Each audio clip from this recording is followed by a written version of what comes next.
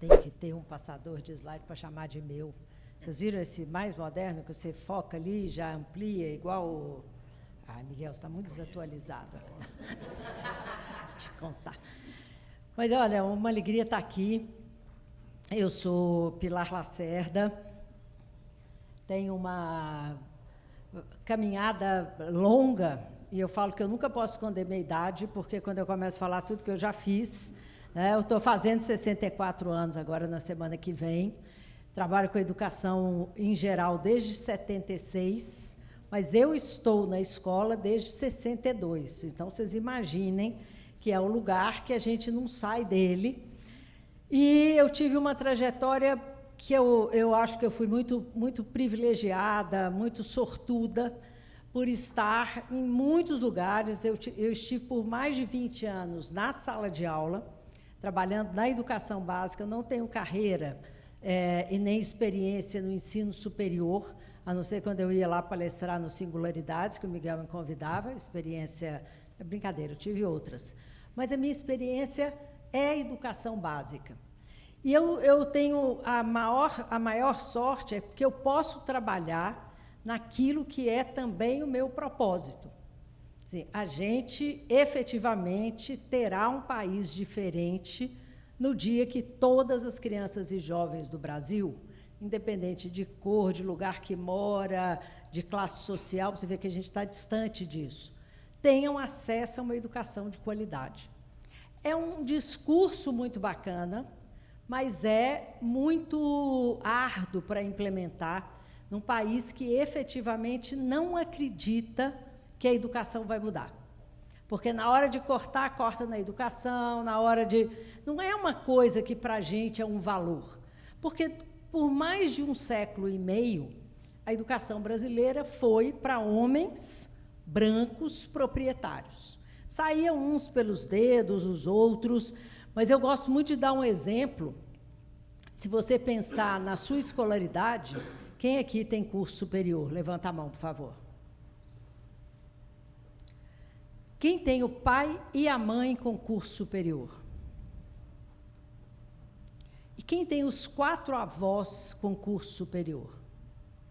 E os 4 avós com ensino médio? E os... Uma. Aí, porque eu falei, nossa, não vai ter nenhum aqui para quebrar a minha... Gente, as minhas 2 avós nasceram em torno de 1900, elas não estudaram, elas aprenderam a ler e dizia claramente, para que vai aprender a estudar?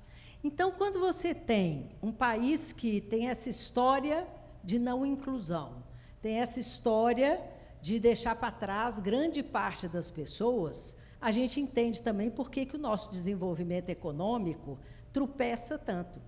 A Prússia declara o ensino primário obrigatório no século XVII. A França e os Estados Unidos fazem isso no século XVIII. A América do Sul, Argentina, Uruguai, Chile, vão fazer isso ou no século XIX ou, né, no início e meados do século XX. Nós vamos fazer no final do século XX, com a Constituição Federal, que a gente chamava tão orgulhosamente Constituição Cidadã. E, mesmo assim, hoje a escola era obrigatória na minha geração, no primário. Mas não era um obrigatório, não tinha conselho tutelar para ir lá buscar ninguém. Então, de cada 10 crianças de 7 anos, 5 não iam para a escola. E dessas 5, as 3 que conseguiam terminar a 4ª série não iam para o ginásio, que é o equivalente hoje ao Fundamental 2. Porque, na saída do primário, a gente fazia uma prova chamada prova de admissão. Eu adoro contar isso, as pessoas ficam me olhando, assim, sempre alguém pensa, ainda tinha dinossauro naquela época. É uma coisa, era uma porta, e grande parte das pessoas para ali. Então, hoje, quando nós temos mais de 40 milhões de adultos brasileiros, ou que não estudaram, ou que tiveram uma escolaridade curta, e são os pais e mães dos nossos alunos que estão na escola hoje, a gente começa a falar, estou entendendo. Então, essa não é uma demanda socialista, essa não é uma demanda da esquerda, Essa é uma demanda da civilização, mas principalmente dos países capitalistas, porque isso nasce com a Revolução Burguesa, da Revolução Francesa, da independência americana, está colado no surgimento da sociedade industrial. Então, eu estou permanentemente envolvida com isso. Eu acho que a gente tem que lembrar que, a partir de 1988, a educação efetivamente é um direito, primeiro para as crianças e jovens de 7 a 14. A partir de 2009, foi aprovada uma emenda constitucional e a escolaridade obrigatória no Brasil passa a ser de 4 aos 17, e não é aos 18, porque você não pode obrigar ninguém maior de idade a frequentar uma escola.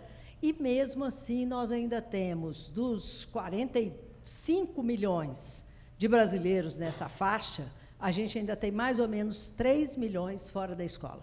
Ou entraram e saíram, ou nunca entraram. Então, quando a gente está falando disso, eu gosto de começar com essa figura, que é como a gente tratou a educação durante muito tempo, com igualdade. E que eu, como professor, achava lindo. Eu entrava na sala de aula, avisava que eu era professora de história, avisava a matéria que eu ia dar, o currículo era o índice do livro didático, a gente dividia os capítulos por bimestres, e eu dava a mesma aula para todos. Que tanto na escola privada, que eu trabalhei muito tempo, quanto na escola pública, não dá certo. Porque você dá para pessoas diferentes a mesma aprendizagem, entre aspas. Então, o que acontece? Esse altão se sai super bem, ele vai ganhar medalha, né? Se ele estudasse em escola de freira, feito eu estudei uma época, põe seu nome no quadro, nunca puseram o meu, morria de inveja, mas põe, te dá medalha, né? O médio vai assistir mais ou menos, e esse baixinho não vai assistir nada. E aí, quando terminava o ano, a gente falava assim, esse menino não se esforçou?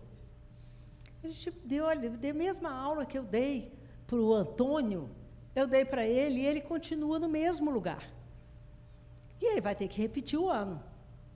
Segundo o Unicef, esse baixinho aqui é o menino que é negro, é da periferia, é pobre, ou está lá nas regiões ribeirinhas do norte do Brasil. A gente esquecia deles e punha a culpa neles. E aí, quando eu estou falando de uma escola que comece a mudar esse olhar, eu estou falando de uma escola que pense em equidade. Mais do que equidade, pense em igualdade, no sentido de tratar diferente o que é igual, para que todos tenham oportunidade. Eu não vou tirar o Antônio, eu chamei o grande de Antônio? O outro vai chamar Miguel, o outro vai chamar Marcos. Eu não vou tratar o Antônio como, gente, ele sabe tudo, deixa para lá. Eu tenho que ter uma parceria com ele, porque quem já foi professor sabe que é aquele que senta na frente, que traz o livro arrumado, que a mãe arruma a merenda, que o caderno não tem orelha. Eu sou canhota, meus cadernos e minha letra sempre foram horrorosos, e os professores te olhavam assim, que mulher descuidada, que menina descuidada. Não podia ter um caderno com orelha, era uma coisa que valia mais nota do que eu acertar tudo numa prova. Esse caderno dessa menina é maravilhoso. E essa visão que a gente tem eu vou tratar o Antônio como meu ajudante, ele vai ser o tutor do Miguel, e os dois podem aprender juntos, enquanto eu trabalho com o Marcos. Isso demanda uma outra concepção de escola. Então, hoje a gente se depara com isto, como tem muitas crianças diferentes, porque durante muito tempo as crianças que iam para a escola, na escola pública, elas vinham de um mesmo segmento. Quem não vinha ia ficando para trás. Eu morei em muitos lugares, tá, gente? Meu pai tinha uma compulsão por caminhão de mudança, era uma coisa impressionante. Assim, passava alguém acenando um emprego, ele era até da área de RH, por sinal, mas ele entrava com a família, 9 filhos, uma família básica, fácil de levar. E teve um momento que nós nos mudamos para Salvador. Não, mas eu estudava, a gente morou numa cidade chamada João Monlevade. E em João Monlevade, na quarta série, eu fiz exame de admissão, passei, o tempo passou, muitos anos depois eu voltei lá para fazer uma formação, e eu estou numa escola, e uma das pessoas profissionais presentes falou: Pilar, você foi minha colega na turma da dona Josefina, porque a dona Josefina ia com a gente do 1º ao 4º ano. E aí, quando entregava a gente para frente, ela voltava para um 1º ano. Então, eu fui aluna da dona Josefina, e ela também. Eu falei: ah, que bom, você é professora aqui. Ela falou: não, eu sou merendeira. Eu perdi a admissão, parei de estudar. Ponto. Por quê? Porque todo mundo falava: ah, gente, já não nasceu para estudar. Então, se mudar essa lógica, ela é muito difícil, ela é muito complexa. E ela demanda o entendimento de toda a sociedade sobre o que é tratar diferente os desiguais para não aprofundar a desigualdade. E a escola começa, então, a discutir também a aprendizagem significativa. Esse é um desenho que está num livro do Francisco, o nosso da educação infantil, Tononi, o Tonucci, que se chama Os Passeios Instrutivos, e essa ilustração é: crianças, hoje vamos passear, sairemos para ver o bairro. Todos em frente, em fila de 2, deem-se as mãos, não se distraiam, não desçam da calçada, e agora a gente vai voltar para a aula e cada um de vocês desenhará o que mais o impressionou.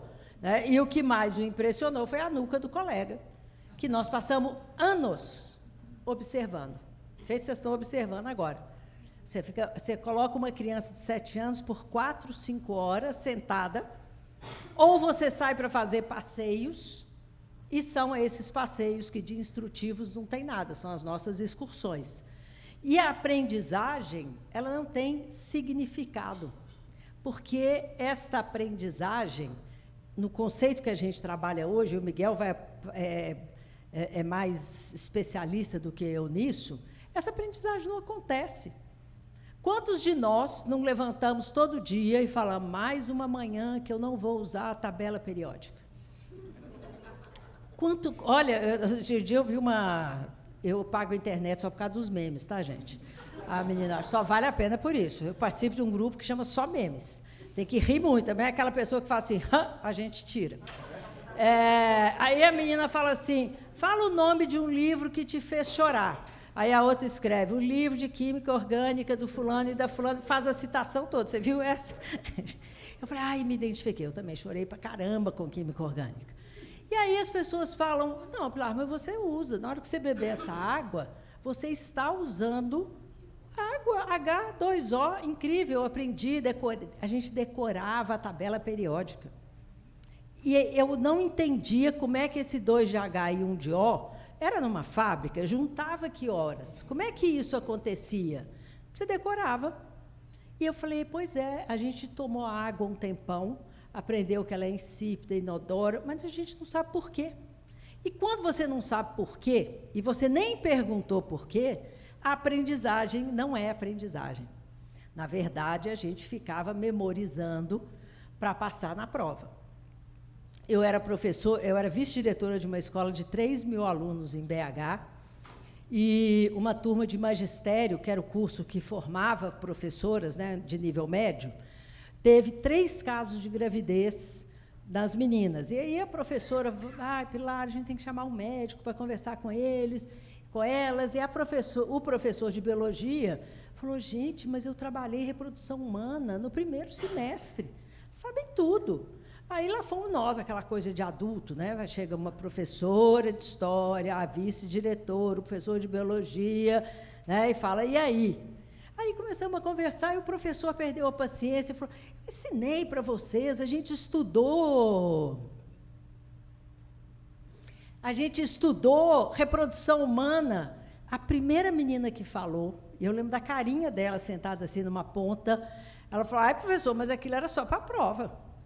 Não era para a vida. Silêncio.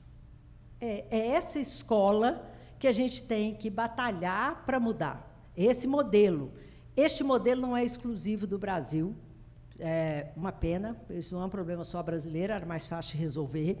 E o que a gente tenta hoje discutir é que a educação integral não é de tempo integral, a educação vista como aquela que reconhece em cada ser humano a multidimensionalidade das suas facetas.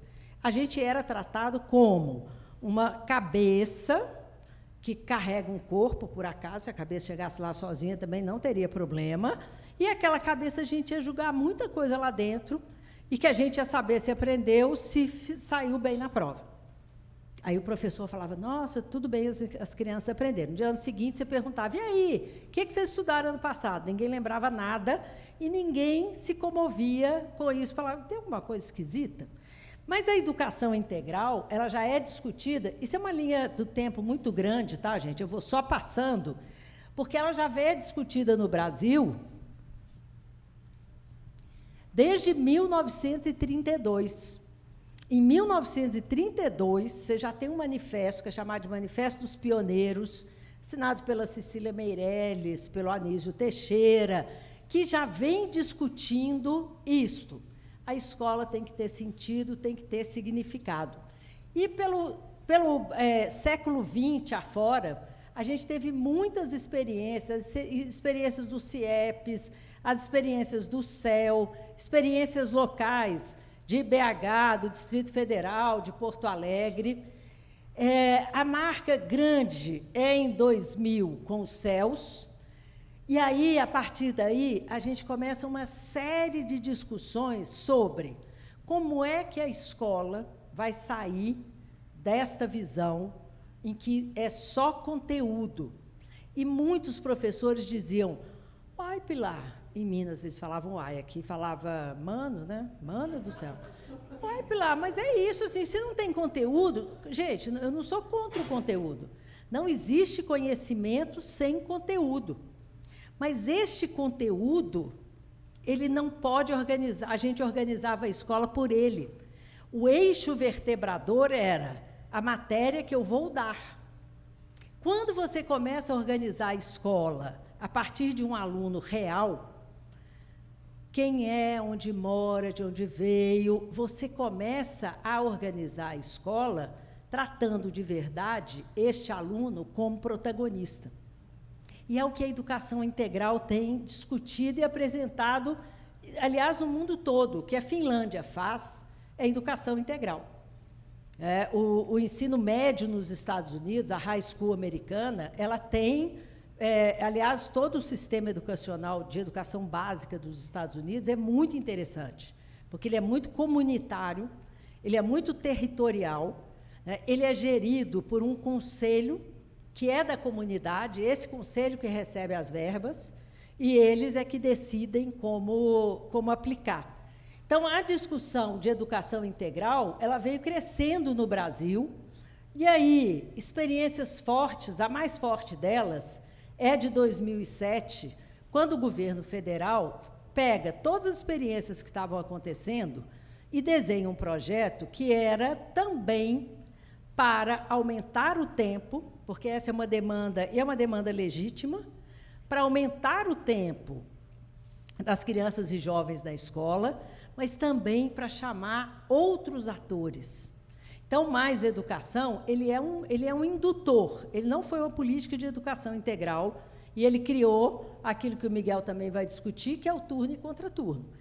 O turno é aborrecido, onde eu dou aula de matemática, com todo mundo sentado, e o contraturno, eu vou para o parque perto da escola para aprender xadrez.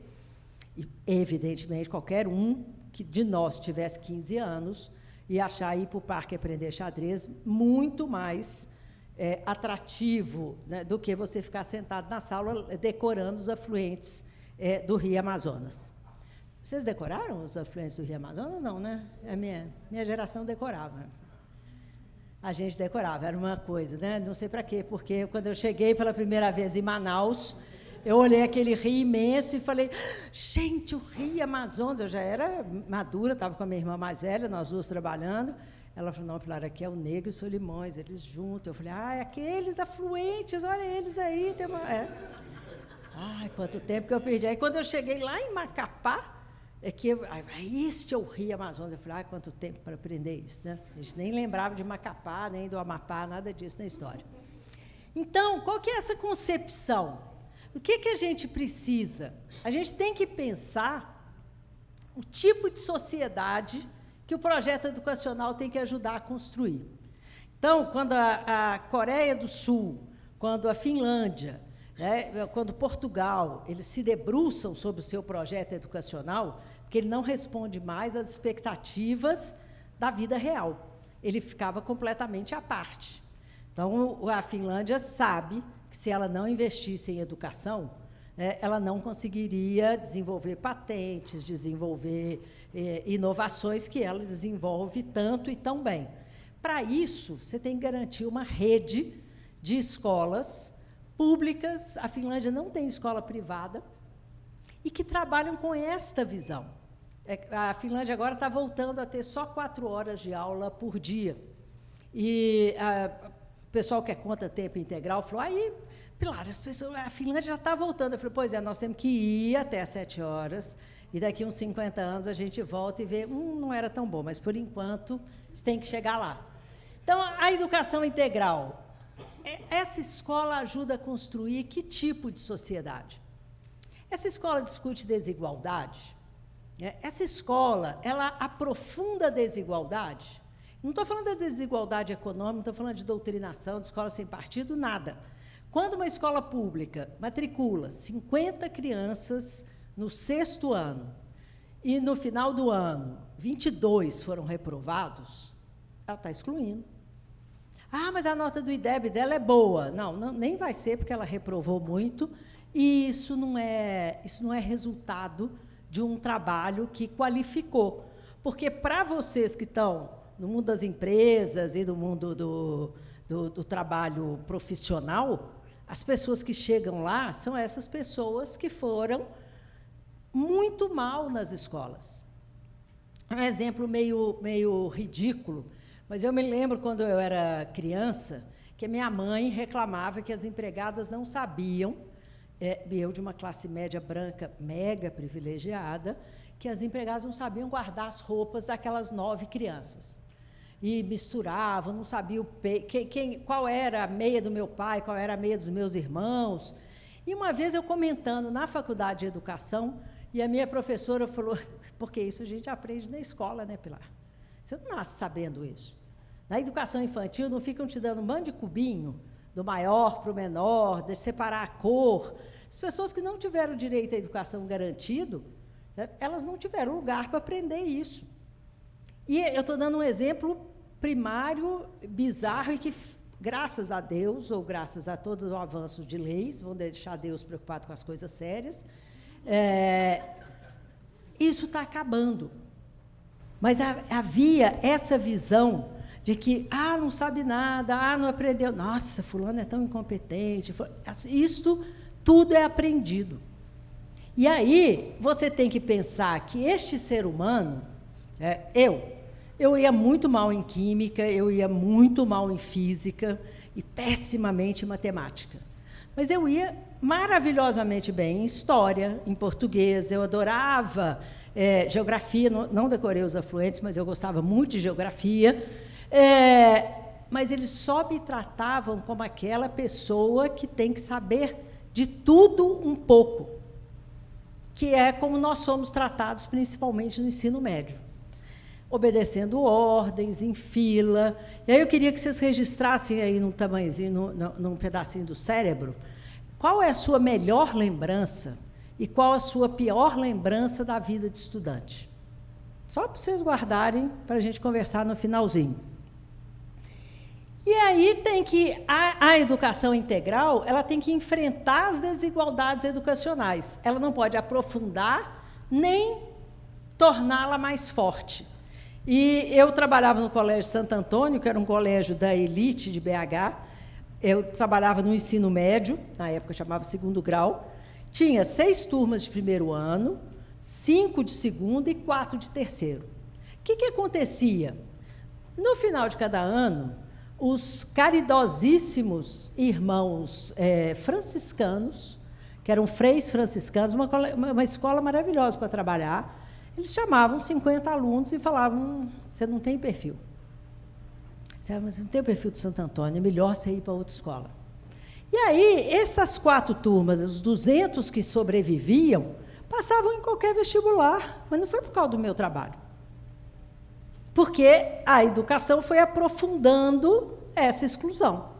Então, esses jovens saíam frustrados, saíam com a autoestima baixíssima, e eles eram considerados os incompetentes.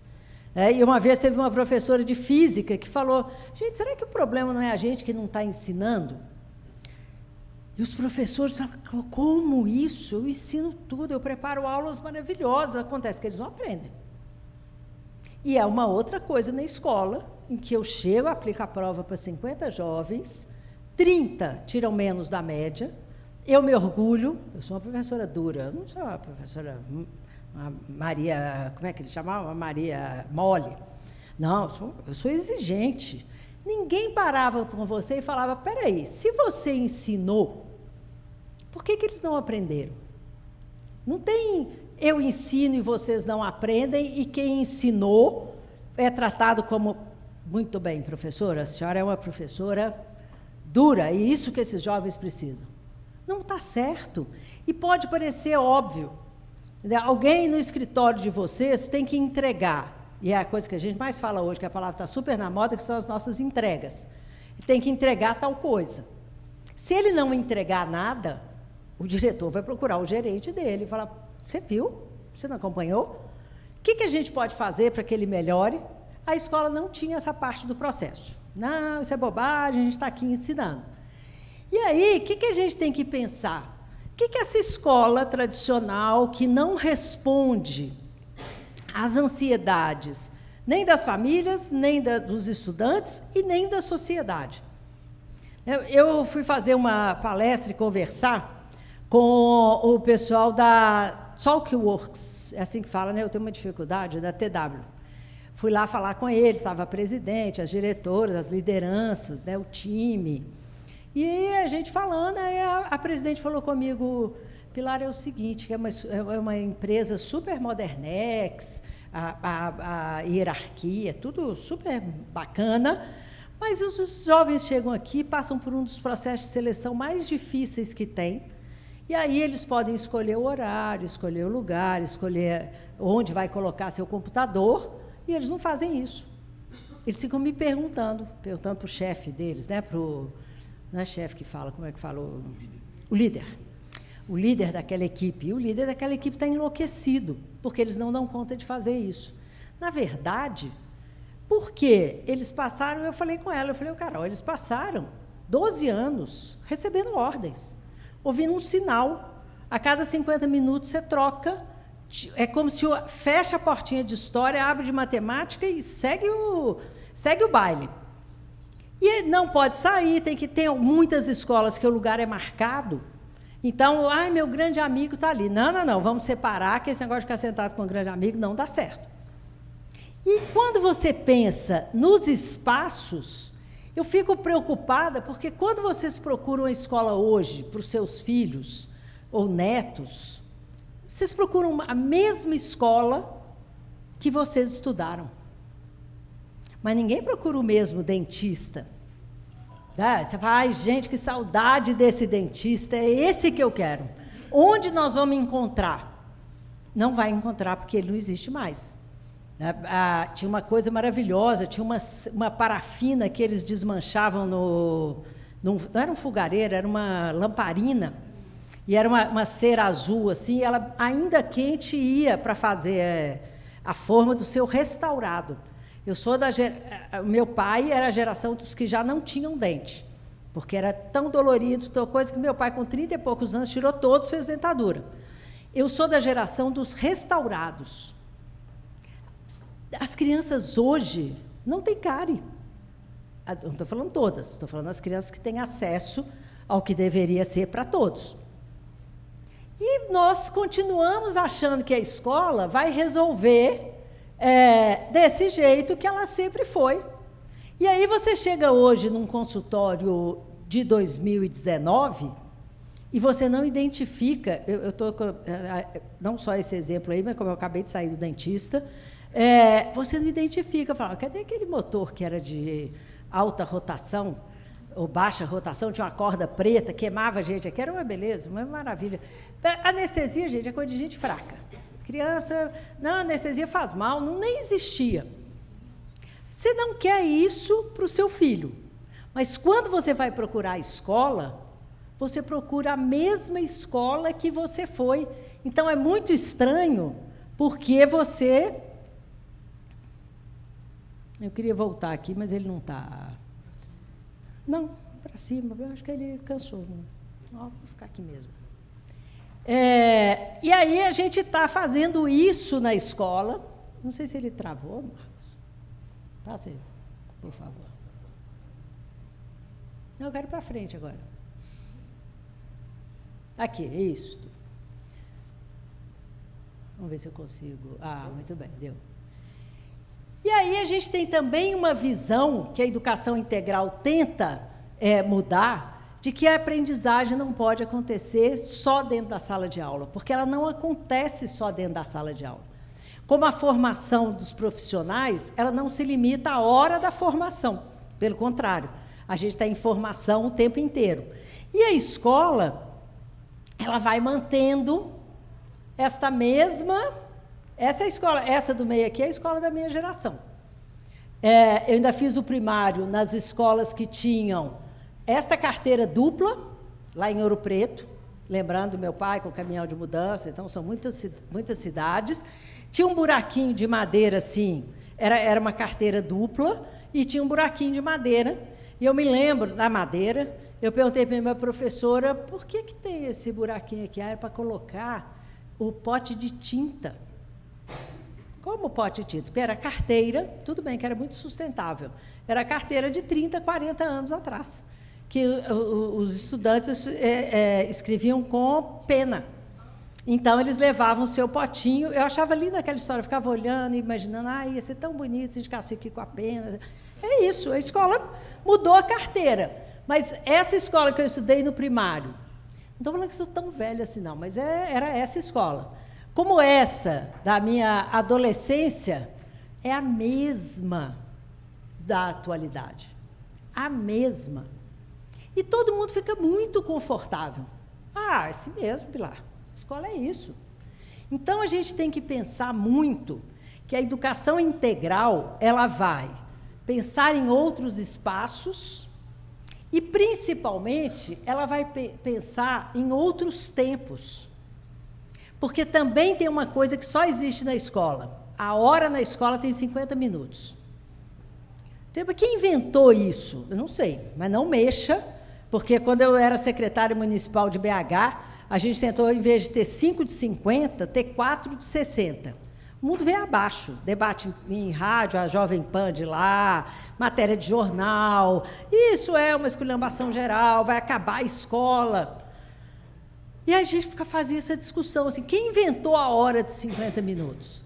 Será que você pode ter? Posso te ajudar? Pode. 50 minutos veio na França, em 1904, pouco tempo.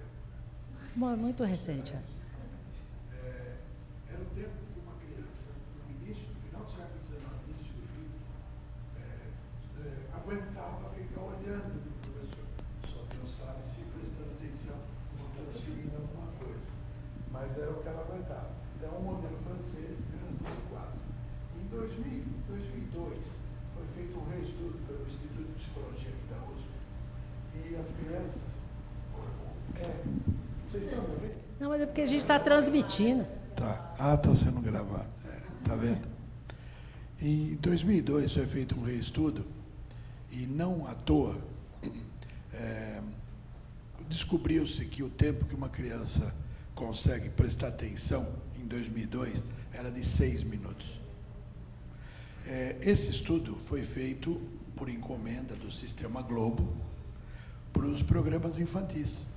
Tanto que, naquela ocasião, todos os programas infantis eram blocados de 6 em 6 minutos. A Xuxa, saudosa Xuxa. Né? Hoje ela está dançando na Record. Deixa ela. É melhor assim. Então, era blocado de 6 em 6. Só para contribuir com a tua Muito fala. obrigada. Está certinho, é isso aí. Não, e foi, gente, ótima ilustração, palmas. Porque imagine você no tempo do celular, das redes sociais, etc. e tal, você está funcionando no tempo de 1904 que você conseguia prestar atenção. É isso. É essa escola baseada... E as pessoas falam, não, Pilar, mas sempre foi assim. Só que isso é cultural, quem inventou foi o homem. Logo, e a mulher, nós que inventamos, nós podemos reinventar. Você pode fazer, feita a Escola Murilo Lima aqui em São Paulo, que não tem mais sala de aula. É uma escola municipal no Butantã, eles quebraram as paredes e tem mesas redondas nos 2 salões, um em cima e um embaixo, e os meninos desenvolvem projetos. Isso é uma sinalização do que é educação integral, e é em meio período. A Murilo Lima não funciona em período integral. Né? Se alguém tiver interesse, vai visitar, porque quem te apresenta a escola são os alunos. É uma experiência super legal, eles têm fila de espera para conhecer, e tem a experiência de Heliópolis, que também é muito bacana. E a outra questão da educação integral... é preciso toda uma aldeia para educar uma criança. A escola está ali no meio, mas ela está cercada de vida, de história, de cultura, e ela levanta o seu muro, tranca o seu portão, e a vida da comunidade não entra. A educação integral, cada vez mais, e eu vou deixar um vídeo que depois Felipe e o Marcos vão colocar, que é esse vídeo que não vai dar tempo de passar, que é a experiência de 2 escolas, uma de Manaus e uma de Belo Horizonte, de educação integral, recentes, de 2015 e 2016, sobre essa experiência do território, da concepção, né, de flexibilizar tempo e espaço, de você pensar em outros agentes, além dos professores. Porque a escola ela tem que romper essa visão reducionista, que é assim... ou é a parte intelectual, ou é a cognitiva, ou a dimensão afetiva. E aí, Paulo Freire, o que Paulo Freire fala? Fala milhares de coisas super legais, mas ele diz o seguinte, o afeto, e Piaget também estudou isso, e Vygotsky, a educação escolar ela é feita na relação de um com o outro, e esta é uma relação afetiva. Se você lembrar das suas melhores lembranças, ela está ligada a reconhecimento, à socialização, à afetividade.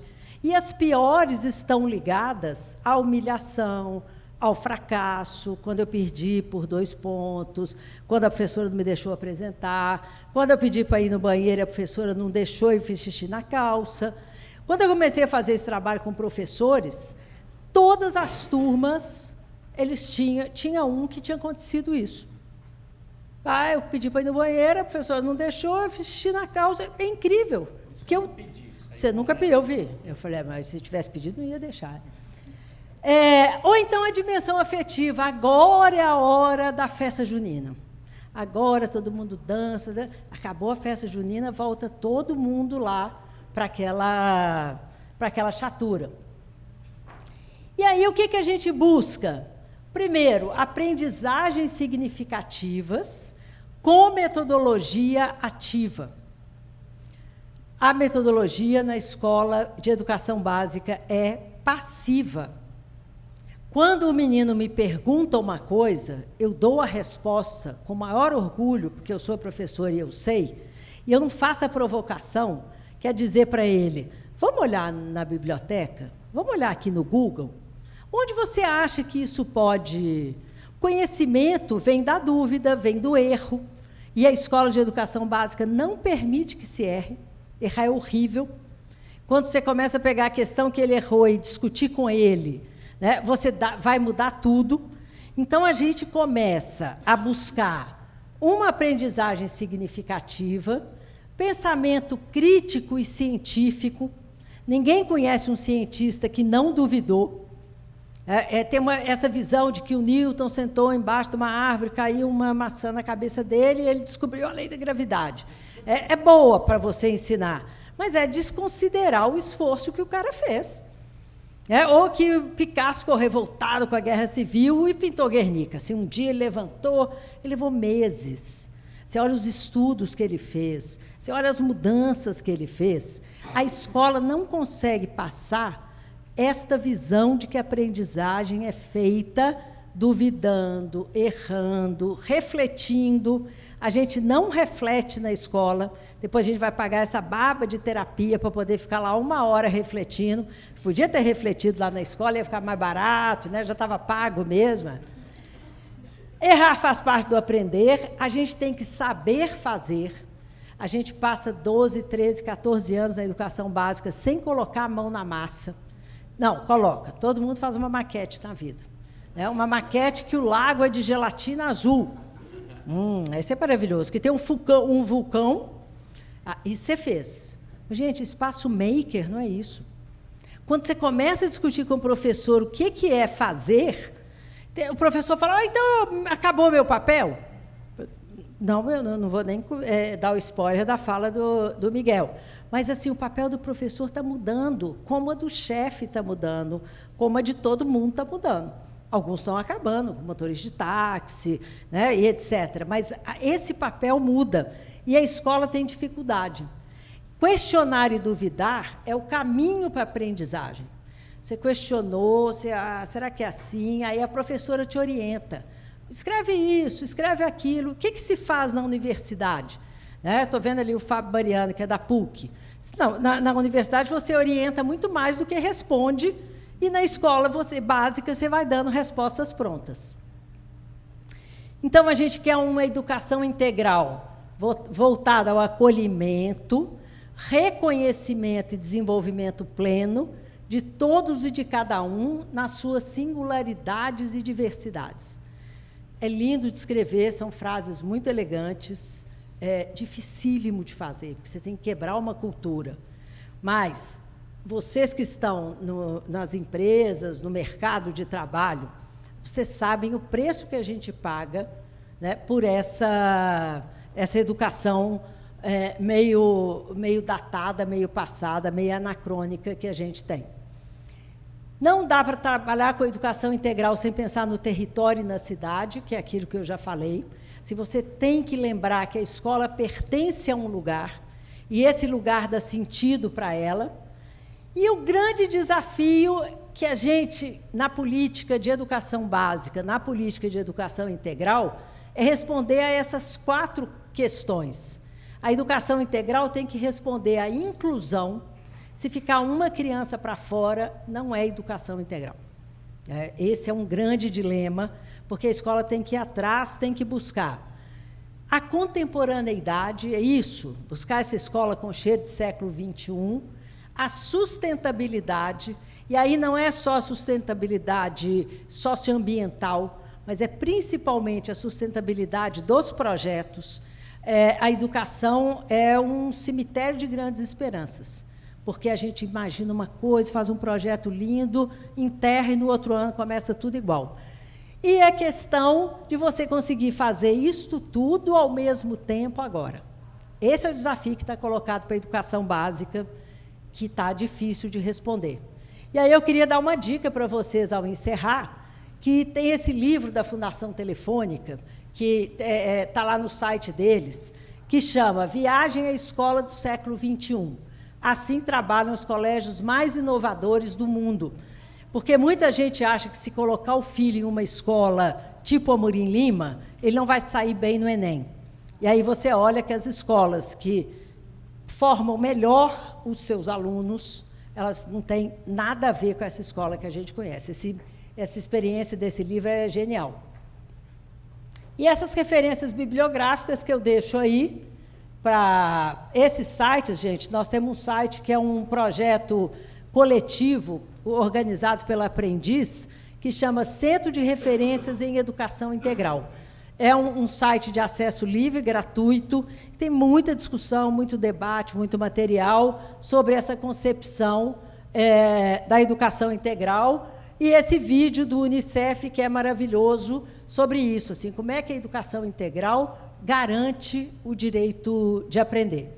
E eu deixo o meu e-mail, que eu sei que hoje poucas pessoas usam, mas gente, eu usava a carta com selo, né? Eu pegava o selo na... E aí é isso, assim, como é que a gente pode fazer destas nossas escolas ambientes de aprendizagem do século XXI para que estas pessoas consigam entender o mundo e se entender no mundo? Coisa facílima, mas eu acho que a gente pode conseguir. Obrigada.